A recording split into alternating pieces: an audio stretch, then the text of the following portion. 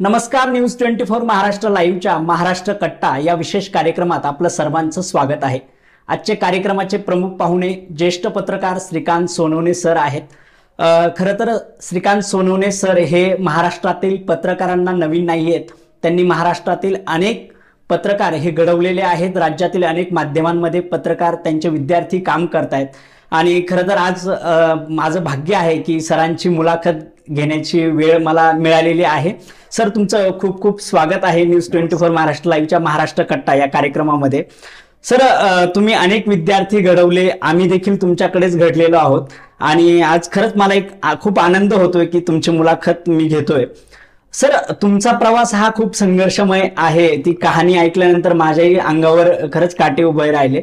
Sir, काय सांगाल एकंदरीत तो कसा प्रवास होता तुमचा? आता पत्रकारितेच्या अंतिम टोकापर्यंत येईपर्यंत जे काही आजवरचे पत्रकार झालेले आहेत ते सर्व संघर्षातूनच आलेले आहेत.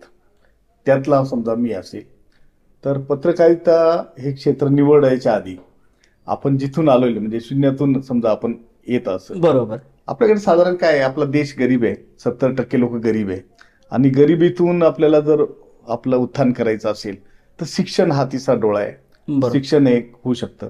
पण लहानपणापासून मी असं ठरवलं की एक अभावग्रस्त परिस्थितीमधून आपण शिक्षण घ्यायचं. बरोबर. मग त्यासाठी मी आई वडील शेतकरी होते. आई वडील शेतकरी किंवा माझे वडील लहानपणी वारले.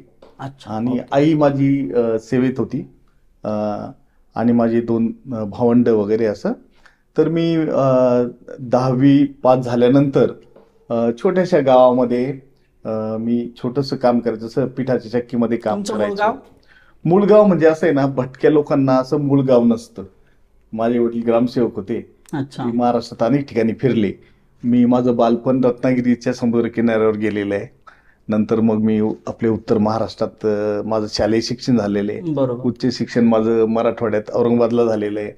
त्यानंतर काही काळ मी दिल्लीमध्ये होतो आणि नोकरीच्या निमित्ताने किंवा व्यवसायाच्या निमित्ताने मला पूर्ण भारतभर अनेक ठिकाणी फिरावं लागलं आणि याच्यामध्ये त्यामुळे मी महाराष्ट्रातला आहे एवढं मी सांगू शकतो.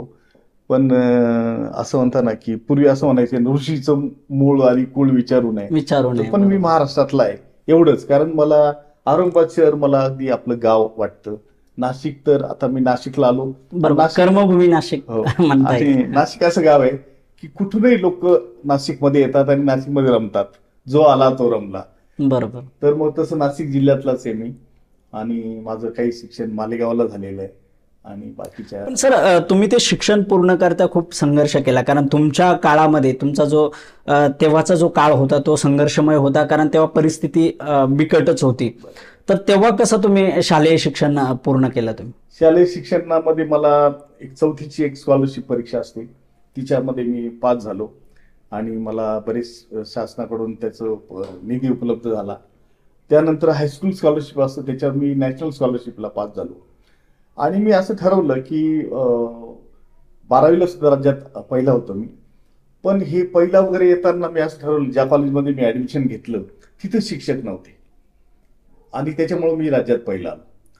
याचं कारण असं की आपण असं ठरवलं की जर आपण अतिशय उच्च प्रकारची गुणवत्ता मिळवली एखाद्या इयत्तेमध्ये किंवा एखाद्या कॉलेजमध्ये तर आपल्याला पुढचं शिक्षण मिळणं आपल्याला सुकर होईल.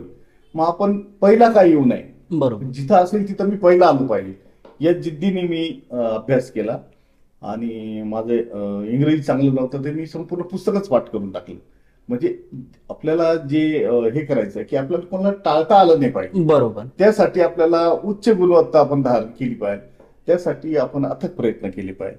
यातून मी माझ्या प्रत्येक परीक्षेमध्ये पहिला आलो आणि त्याच्यामुळे पुढची मला मग नॅशनल स्कॉलरशिप मिळाली, गव्हर्नमेंट हॉस्टेलमध्ये ऍडमिशन मिळालं, वेगवेगळ्या शिष्यवृत्त्या मिळाल्या.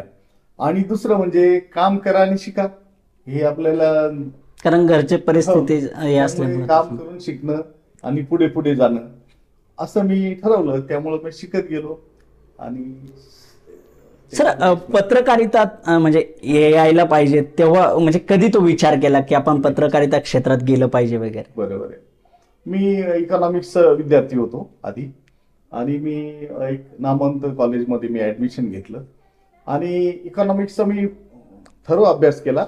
माझ्या असं लक्षात आलं की हे अनर्थशास्त्र आहे. म्हणजे इकॉनॉमिक्समध्ये आपण बेरोजगारीचा अभ्यास करतो, पण इकॉनॉमिक्समध्ये आपण भारतात पहिली जरी आलो तरी बेरोजगारी आपली दूर होऊ शकत नाही. बरोबर. मग मी असं ठरवलं की उपयोजित काहीतरी अभ्यासक्रम करायचा. आणि त्या मध्यंतरीच्या काळामध्ये असं होतं की मी सामाजिक काम करायचो. म्हणजे जसं हुंडा विरोधी, अंधश्रद्धा निर्मूलनाचं काम करायचो. हे करत असताना मला संपादक लोकांचा खूप सपोर्ट मिळाला.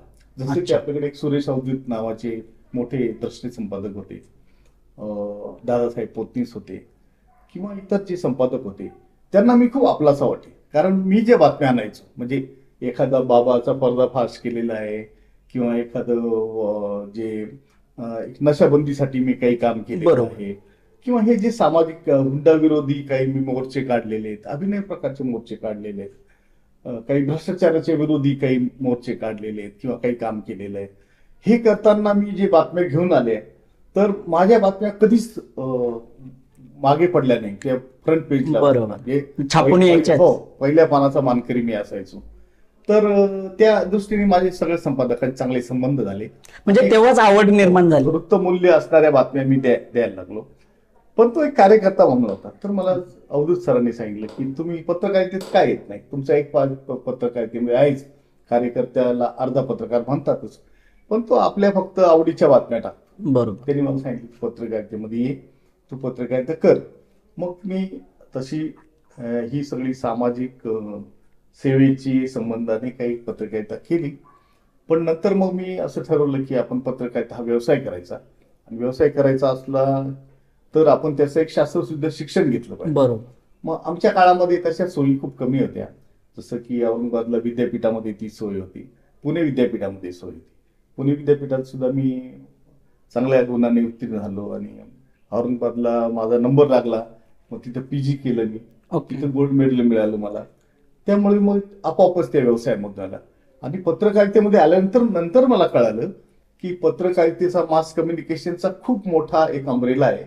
मग त्याच्यामध्ये आपण टीव्ही मध्ये काम करू शकतो, वेगवेगळे माध्यमांमध्ये वेगवेगळे, आणि जे हे आहे विकासाचा प्रेरक साक्षीदार बरोबर म्हणून आपण विस्तार कार्य पण करू शकतो, असं मला कळालं. आणि मग त्याच्या वेगवेगळ्या शाखांमध्ये मी काम केलं. सर, मुक्त विद्यापीठाच्या माध्यमातून तुम्ही अनेक पत्रकार घडवले, जे आज तुमचे पत्रकार प्रत्येक नॅशनल वृत्तवाहिनीमध्ये काम करतायत.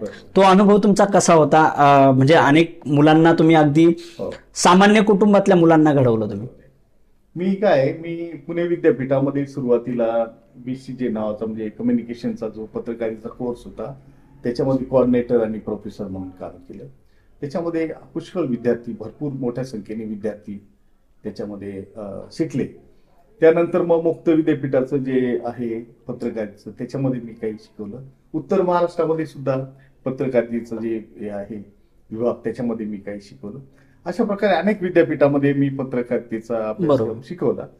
तर याच्यामध्ये विद्यार्थी आल्यानंतर त्याचा कल बघून त्याला कुठल्या माध्यमामध्ये पुढे रोजगार करायचा आहे, त्याची कल कुठे हे बघून जर त्यांच्याकडे मी चांगलं लक्ष दिल्यामुळे त्या मुलांचं तसं डेव्हलपमेंट त्या दिशेने झालं आणि त्यांना बऱ्याच विद्यार्थ्यांना चांगलं यश मिळालं. तर संवाद आणि समृद्धी म्हणतात तसं अनेकांच्या जीवनामध्ये समृद्धी आली. त्यामुळे मला खूप आनंद वाटला. आणि एक अस्तेवाईकपणे आपण जर विद्यार्थ्यांबरोबर काम केलं, त्यांना प्रोत्साहन दिलं आणि त्यांना मदत मार्गदर्शन केलं तर ते पुढे येतात. आपल्याकडे शिक्षणात खूप अडीअडचणी आहेत. बरोबर की आपल्याकडे काही लोक काम करून शिकतात, काही लोकांमध्ये माहितीचा अभाव असतो, काही लोकांना घरून त्या प्रेरणा मिळत नाही. म्हणजे आई वडिलांनी जे प्रॉपर मार्गदर्शन करायला पाहिजे किंवा दृष्टी द्यायला पाहिजे, तर ती दृष्टी सर्व कुटुंबामधून मिळते असं नाही. म्हणजे काही आहे की काही, आता डॉक्टर बाबासाहेब आंबेडकरांचा जो समाज आहे त्या समाजामध्ये आंबेडकरांचं एक ध्रुव ताऱ्याप्रमाणे ते लोक बघतात. बरोबर की आपल्याला शिक्षण घ्यायचं महत्वाचं आहे. शिक्षण गोळ्या वाहते आणि मुलाला शिकवते, तो पुढे येतो. तशी प्रेरणा इतर समाजामध्ये नाही. तर मग आपण त्यांना तशी प्रेरणा देऊ शकतो का? शिक्षणामुळं आपलं आयुष्य उज्ज्वल होऊ शकतं, असं मी प्रयत्न केला की त्यांना प्रेरणा देण्याची गरज आहे. आदिवासी मुलांमध्ये जास्त करून मी भरपूर काम केलं. आदिवासी मुलांना ती प्रेरणा जागृत करणे, आपल्या उत्थानासाठी ही प्रेरक असं आपण काम केलं. तर त्याच्यामुळे मुलांचं खूप प्रेम मला मिळालं. म्हणजे त्याच्यामध्ये मला खूप साफल्य बरोबर की आतापर्यंत मी 11,000 विद्यार्थी माझ्याकडून ग्रॅज्युएट झाले वेगवेगळ्या विद्यापीठात. बरोबर. आणि अनेक लोक काम करतायत आज. काम करतायत. सर, मला एक असं म्हणायचं की अनेक म्हणजे पत्रकारितेकडे ग्लॅमर म्हणून पण खूप हे आहे.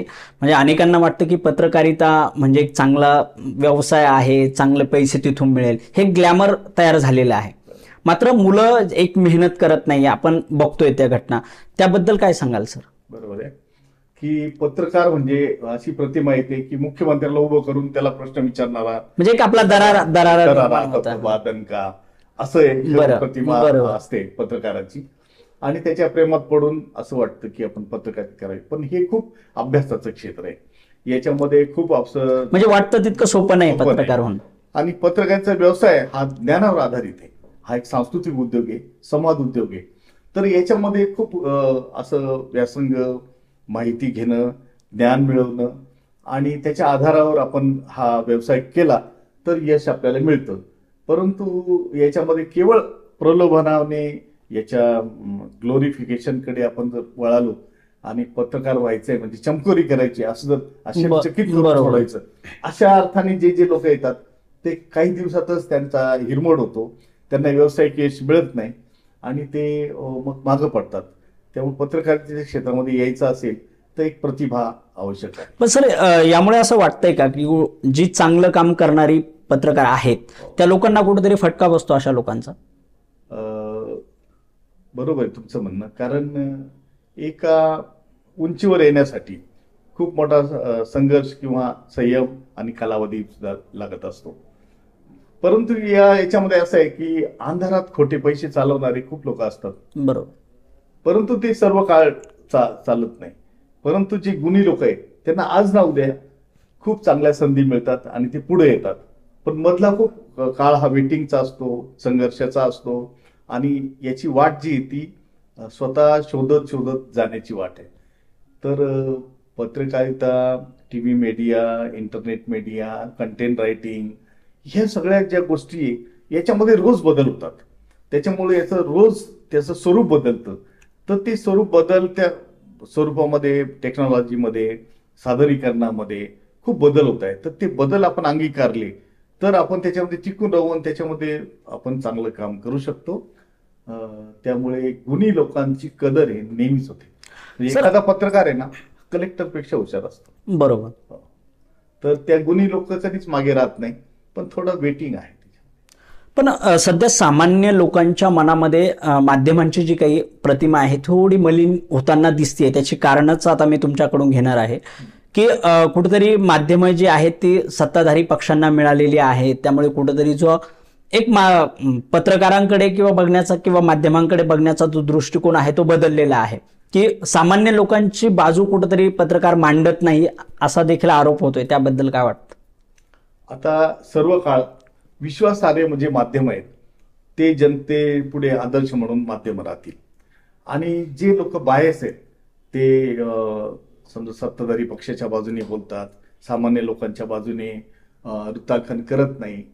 तर हा त्या आपल्याकडे जी व्यवस्था आहे सगळी ही आपली जी मिश्र व्यवस्था आहे याच्यामध्ये आपल्याला भांडवलशाही आहे आणि समाजवाद तर आता फार पाठीमाग पडलेला आहे. बरोबर. तर याच्यामध्ये जी स्पर्धा व्हायला पाहिजे ती निकोप नाहीये, ती मक्तेदारी स्वरूपाची स्पर्धा आहे. आणि याच्यामुळं काय होतं की वेगवेगळे दबाव प्रसार माध्यमावर, शॉर्टकट म्हणता येईल, नाही दबाव येतात वेगवेगळे. एक तर आर्थिक दबाव आहे, मोठमोठे उद्योग संस्था आहेत ते वृत्तपत्र केवळ जनसंपर्क साधन म्हणून वापरतात, ते काही पत्रकारिता म्हणून वापरत नाही. मग अशी जी एक प्रकारे एखाद्या उद्योग समूहाला किंवा एखाद्या शासन पक्षाला बांधलेली जी प्रसार माध्यम आहे यांचा चेहरा उघड लवकर होत नाही. तो चेहरा उघड झाला तर मग जे प्रेक्षक आहे, सामान्य माणूस आहे, त्यापासून दूर जाऊ शकतो. तर बरोबर तुम्ही म्हणता, सामान्यांचा आवाज बुलंद करणारे जे माध्यम आहेत ते नेहमी पुढे येतील आणि त्याला शाश्वतता राहील. आणि जे एका बाजूला आपण जर म्हटलं की खूप खूप जाहिराती असणारा पेपर असला तो चालणार नाही. लोक बातम्यांसाठी वृत्तपत्र वाचतात, बरोबर. चॅनल ह्या बातम्यांसाठी वाचतात. खूप जाहिराती असल्या तर ते चॅनल हळूहळू पाठीमागं पडतं किंवा त्याचा चेहरा सुद्धा हळूहळू प्रकट होतो की हे कुठलं आहे. त्यामुळे लोकांच्या बाजूने असेल त्याला शाश्वतता असेल आणि जे लोक बायस वागतील, एकांगी वृत्त संकलन करतील ते हळूहळू मागं पडतील. म्हणजे तुम्हाला वाटतंय कुठेतरी माध्यमांनी बदललं पाहिजे? माध्यम आहे ना, ही म्हणजे बदल हा सृष्टीचा नियमच आहे. तर माध्यम बदलली, माध्यम व्यक्ती बदलतात, तर ते कशामध्ये बदलतं की सादरीकरणाच्या पद्धती आहे, टेक्नॉलॉजी आहे, याच्यात बदल होतोच. आता पत्रकारांनी काय बदललं पाहिजे? पत्रकारांच्या आधीपासून आता जेम्स ऑगस्ट हिकी नावाचा जो ज्यांनी भारतात पहिलं वृत्तपत्र काढलं, बरोबर. त्यांनी काय सांगितलं की आत्म्याच्या आविष्कारासाठी मी वाटेल तो त्याग करेल. आणि जे ब्रिटिश सरकारचे जे अधिकारी जे काही भ्रष्टाचार करायचे त्यांनी ते बाहेर काढला आणि त्याच्यामध्ये त्याचा अंत पण झाला. परंतु तीच प्रेरणा घेऊन भारतातले आतापर्यंतचे जे पत्रकार त्याच प्रकारे करतायत. आपल्याकडे अनेक पत्रकार आहे. आता 337 पत्रकारांवर हल्ले झाले या वर्षामध्ये, हो. आणि किती पत्रकारांची हत्या झाली. परंतु लोकांपुढे अखंडित माहितीचा प्रवाह ठेवणं हे जे आपलं काम आहे, हे जे आहे की जी माहिती उघड करायला संबंधित लोक विरोध करतात ती देणं म्हणजे बातमी देणं. बरोबर. आणि जनहितासाठी आपल्याला जे आवश्यक आहे ते ती माहिती लोकांपुढे म्हणजे यामुळे सर कुठेतरी मूळ बातमी समोर येत नाही का दबावामुळे, असं वाटतं? नाही, बातमी आहे ना, बातमीचा सुगंध हा दडून राहू शकत नाही. बातमी फुटतेच, बातमी येतेच, पुढे मागे होऊ शकतं. बरोबर. बातमी दाबली जाऊ शकत नाही, फार काळ दाबले जाऊ शकत नाही. शेवटी ती सत्य बाहेर येतं, त्यामुळे येऊ शकतं, ते सत्य बाहेर येतच. सर, तुम्ही ज्येष्ठ पत्रकार आहात, तुमचा अनुभव, सध्याची महाराष्ट्र राज्यातील जी राजकारणाची परिस्थिती आहे ती खूप बदललेली आहे आणि यामुळेच कुठेतरी सामान्यांचा विश्वास उडत चालला, त्याबद्दल काय वाटतं?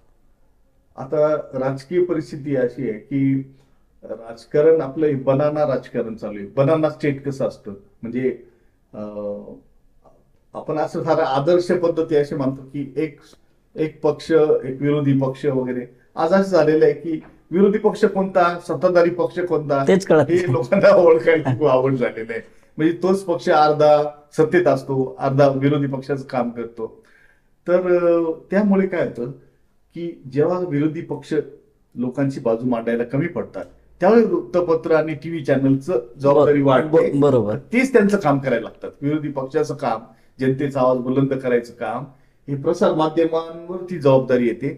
आणि त्यामुळे आता विरोधी पक्षाचं काम करणं हे प्रसार माध्यमच करतायत. आता काय होतं, सगळ्या बाजूनी सत्याचा आवाज दाबण्यासाठी पैसा, सत्ता, दमन यंत्रणा वगैरे हे चालतं.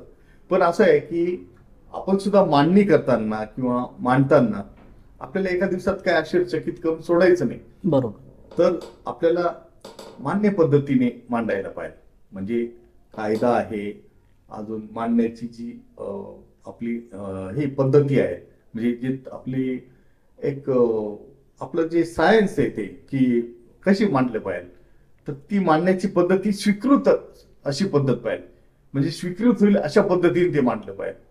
मग आपण जर सत्य मांडायचा प्रयत्न केला आणि ते सत्य खूप कटू असलं तर कदाचित त्या माध्यम व्यवस्थेचा अंत होऊ शकतो त्याच्यामध्ये. तर असं आहे की संयम पण ठेवला पाहिजे आणि स्वीकार्य पद्धतीने, म्हणजे प्रत्येक गोष्टीची एक वेळ ठरलेली असते. तर अवेळी बंड करून काय उपयोगाचं नाही. आणि त्यामुळे योग्य वेळी ते केलं पाहिजे. तर म्हणजे आश्चर्यचकित करून सोडून आपला अंत करून घेण्यापेक्षा स्वीकार्य पद्धतीने हळूहळू लोकांना पचेल असं सत्य मांडणं आणि योग्य वेळी मांडणं, तो वेळ असतो. तर तो जो विवेक आहे तो पत्रकारांनी ठेवला पाहिजे आणि जनहिताच्यासाठी काम केलं पाहिजे. सर, अशी देखील चर्चा आहे, आपण बघतोय की अनेक सोशल मीडियावर लोकशाही धोक्यात आहे. खरं तर हा खूप मोठा प्रश्न आहे आणि त्याला अनेक कंगोरे आहेत, आपण असं म्हणता येईल. काय वाटतं त्याबद्दल? लोकशाही कधी धोक्यात नव्हती. लोकशाही ही सगळ्यात कमी वाईट पद्धती, शासन पद्धतीमध्ये सगळ्यात कमी वाईट पद्धती. त्यामुळे लोकशाहीच्या विरोधी ही काय लोकशाही का अशा प्रकारे नेहमी चर्चा होते. ती झाली पण पाहिजे, पण ती सगळ्यात कमी वाईट पद्धती. त्यामुळे आपला पाठिंबा हा लोकशाहीलाच असला पाहिजे. ती किती पण आता शुद्ध स्वरूपात लोकशाही आता नाही, म्हणजे चालू नाही, पण ती शुद्ध स्वरूपात आणण्यासाठी जसे चार हे जे न्यायव्यवस्था, शासन व्यवस्था आणि विधिमंडळ, ह्या जे चार खांब आहेत, आणि बरोबर. पत्रकारिता आणि पाचवं टीव्ही मीडिया आहे, बरोबर. यांचं जे काम आहे ते एकत्रित करून शुद्ध स्वरूपाची लोकशाही आणायचं जी प्रक्रिया आहे ती हळूहळू तुम्ही सुधरत चालते. आता समाज जीवनामध्ये किंवा राजकीय जीवनामध्ये अनेक काही प्रसंग असे येतात की त्याच्यामुळे जो तोल आहे तो हुकुमशाहीकडे वळतो, बरोबर. धर्मांध व्यवस्थेकडे वळतो वगैरे. पण त्याच्यामध्ये शुद्धीकरणाचं काम आहे ना, हे जास्त आहे पत्रकारांचं काम आहे. किंवा कधी कधी काही काही जे तत्व आहे लोकशाहीसाठी ते कटू पण वाटू शकतं. अत्रेक सारखे जे पत्रकार होते ते स्पष्टपणे सांगायचे, लोकांना आवडून नाही आवडू पण त्यांचं मत मांडतात. तर तसं आहे की गाडगे महाराजांनी जे संवाद साधला लोकांशी, तर ते किती लोक ज्याला पुण्य समजतात ते खरं पाप आहे असं त्यांनी स्पष्टपणे सांगितलं. बरोबर. तुकाराम महाराजांनी स्पष्टपणे सांगितलं, ज्ञानेश्वरांनी सांगितलं चमत्कार मला मान्य नाही, हे त्यांना स्पष्ट सांगावं लागलं. तसं धाडस आहे काही पत्रकार करतात आणि मग ते इतिहासामध्ये ते एक म्हणजे दिशादर्शक अशी ठरतात. तर त्याप्रमाणे आपण सत्य मांडलं पाहिजे, ते कटू असलं तरी. म्हणजे काही काळापूर्वी असं झालं की मी म्हणजे ज्यावेळेस कार्यकर्ता होतो बरोबर त्यावेळेस एक मोठ्या बुवा जो होता त्याच्या विरोधात आम्ही एक 7 लोकांनी आंदोलन केलं. वेदांत मराठी वीर दौडेल 7. तसे आम्ही 7 लोकांनी तिथं फलक लावून उभं राहिलो की हे बाबागिरी आहे, चुकीचं आहे वगैरे. असं सगळे लोक हसत होते आमच्याकडे. तर मला तर काही लोकांनी सांगितलं की तुम्ही इतके चांगले प्राध्यापक आहात आणि तुम्ही कुशाल ते आंदोलन करतायत, आणि एवढं मोठं साम्राज्य आहे बाबांचं, एवढ्या गाड्या घोड्या, लाखो लोक ऐकायला येतात, लाखो महिला पुरुष ऐकायला येतात, करोडोचा व्यवसाय इथं त्या निमित्ताने होतो आणि मोठे मंत्री येतात वगैरे, हे आणि ते सुद्धा पाया पडतात आणि तुम्ही त्याला विरोध करताय वेळेसारखा. पण आज तो बाबा जेलमध्ये जन्मठेपेच्या शिक्षेत. म्हणजे काय की सत्य परेशान हो सकता है, पराजित. तर तुम्हाला जे वाटतं ते जर सत्य असेल तर ते मांडलं पाहिजे, धारिष्ट्याने मांडलं पाहिजे. आणि त्याच्यामुळे मला पण त्रास झाला खूप, पुढच्या याच्यामध्ये खूप त्रास झालेला आहे त्या. पण ठीक आहे, तुम्ही म्हणता जसं पत्रकार हा अडचणीचा व्यवसाय आहे, पत्रकारितेतले लोक आहेत ते सफर करतायत, ते त्रास सहन करतायत, पण हा व्यवसाय तसा आहे. परंतु तो अंतिम जो विजय आहे, अंतिम जो हे आहे तो होणारच आहे. आणि पुन्हा तुम्ही जसं म्हणता त्रास वगैरे, तर समाजातून समृद्धी साधायची गोष्ट आहे. बरोबर. तर ती पण आपल्याला कळली पाहिजे, कारण आधुनिक प्रचार माध्यम आहेत ना, ही समृद्धी आणणारे माध्यम आहेत. काही काळ थोडासा जावा लागतो. सर, मी शेवटच्या प्रश्नाकडे येतो की अनेक विद्यार्थी जे आहेत ते पत्रकारितेत येऊ पाहतायत, त्यांना काय संदेश द्याल तुम्ही? आता पत्रकार व्हायचं असं जर ठरवलं कोणी, तर लोकमान्य टिळकांनी विचारलं होतं की तुम्हाला लोकांविषयी तळमळ आहे ना, समाजाविषयी तळमळ, तुम्ही पत्रकार होऊ शकतात. म्हणजे तळमळ ही पहिली गोष्ट असेल तर तुम्ही जरूर या क्षेत्रामध्ये या. परुळेकरांनी काय सांगितलं होतं की पत्रकारिता तुम्हाला करायची असेल तर तुमचं उत्तम आरोग्य असलं पाहिजे तुमच्याकडे. रात्रपाळीचं काम करायला लागतं खूप. आता तू तर महाराष्ट्रभर एवढा फिरलाय, कोणी फिरलं नसेल. म्हणजे एक चांगली शरीरयष्टी, चांगलं उत्तम आरोग्य असलं पाहिजे, इंग्रजीची चांगली जाण असली पाहिजे, संगणकाचं नॉलेज असलं पाहिजे. टेक्नॉलॉजी याच्यामध्ये खूप येते. पत्रकारितेमध्ये 80% भाग हा टेक्नॉलॉजीचा झालेला आहे. तुम्हीच टेक्नॉलॉजीवर आधारित सगळं ते नवीन आयडिया काढून नवीन नवीन तुम्ही सादरीकरण करताय. तर टेक्नॉलॉजी आपल्याकडे असलं पाहिजे. आणि ह्या सगळ्या गोष्टी असल्या तर तुम्ही पत्रकारितेमध्ये जरूर येऊ शकतात. पण पत्रकारिता हा तसा कष्टदायक, म्हणजे चॅलेंजिंग विषय आहे.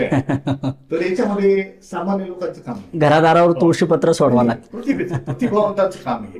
तुमच्याकडे असं मला वाटतं की इतरांपेक्षा मी जास्त प्रतिभावंत आहे, माझ्या क्षमता इतर लोकांपेक्षा जास्त आहेत. बरोबर. तर तुमच्यासाठी खूप चांगलं आहे की तुम्ही कलेक्टर होऊ नका, पत्रकार व्हा. तर तुम्हाला ब्राईट फ्युचर, त्याच्यामध्ये तुम्हाला आयुष्य तुमचं उजळून निघणार आणि तुमचं नाव होणार. बाकीचे लोक जन्माला येतात, शिक्षण घेतात, बायका मुलं होतात आणि नंतर कालावधीनंतरचं आयुष्य संपतं, पण उरणार काय? बरोबर. पत्रकाराचंच फक्त जे आयुष्य आहे ते टिकतं. तुम्ही त्याच्यामध्ये अजरामर होता, तुमची काहीतरी एक समाजाला देऊन जातात. म्हणून आजच्या याच्यामध्ये आपण बघतो ना की 20 वर्षात 10,000 वर्षात झाला नाही असा पत्रकार म्हणजे प्रख्या यात्री आहे. बरोबर. किंवा आता पूर्वीचे जे सगळे प्रतिभाशाली नेते होते, पंडित नेहरूंचं नॅशनल हेरॉल्ड नावाचं वृत्तपत्र होतं, सावरकरांचं सरदार नावाचं वृत्तपत्र होतं, नेताजी सुभाषचंद्र बोस आहे त्यांचं सुद्धा फॉरवर्ड ब्लॉक नावाचं वृत्तपत्र होतं.